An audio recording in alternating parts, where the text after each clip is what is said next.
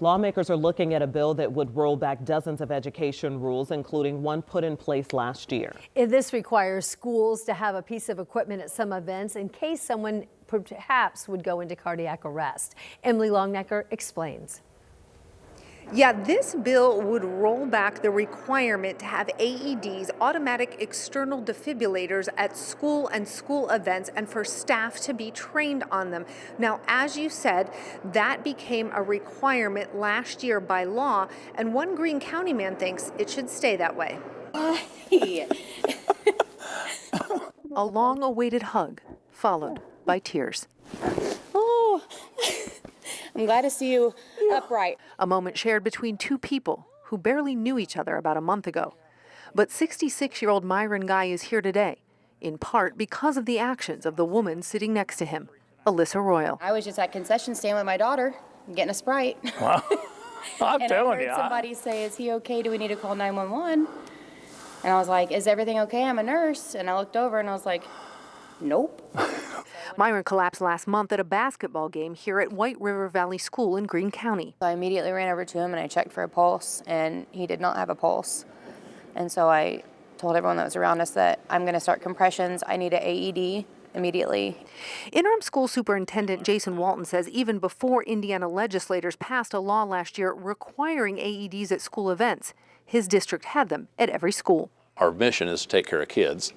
And in this case, it was take care of a staff member, and really, really glad we had one. So is Myron. He doesn't remember much of what happened. I don't remember anybody working on me. Only voices after the AED restarted his heart.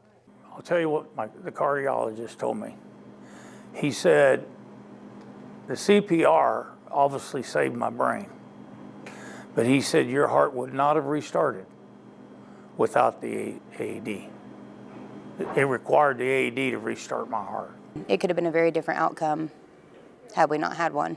That's why Myron hopes lawmakers will reconsider rolling back AED requirements in House Bill 1004. If anything, he thinks the state needs to require more AEDs in public spaces and businesses. That's a device that they should be everywhere. I mean, just everywhere, because, what's more precious than life? And lawmakers on the Education Committee, they're going to hear details tomorrow morning on House Bill 1004. There is an amendment that would restore and strengthen the AED requirement, and also the requirement for cardiac arrest training for coaches and other leaders of extracurricular activities. So we'll see if that amendment gets added to the bill. At the Indiana State House, Emily Longnecker, 13 News. All right, thanks, Emily. And the American Heart Association wants lawmakers to keep the CPR and AED requirements Emily just talked about. Today, they held a rally at the State House to make their voices heard. Kenneth Edmonds, the Vice President of Public Policy and Government Affairs at the NFL, attended that rally. And it follows a scary moment on the field when a Buffalo Bills player went into cardiac arrest a couple of years ago.